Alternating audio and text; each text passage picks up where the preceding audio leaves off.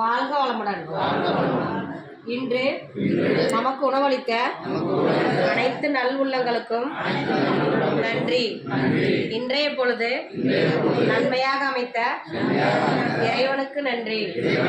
நாளைய பொழுதும் நன்மையாக விடிய இறைவனை பிரார்த்திக்கிறோம். திரு பவித்ரா அவர்களுக்கு குழந்தை பேர் உண்டாக இறைவனை பிரார்த்திக்கிறோம். திரு குமரேஷ் ஹரிதா அவர்களுக்கும் குழந்தை பேர் உண்டாக இறைவனை பிரார்த்திக்கிறோம். வாழ்க வளமுடன்.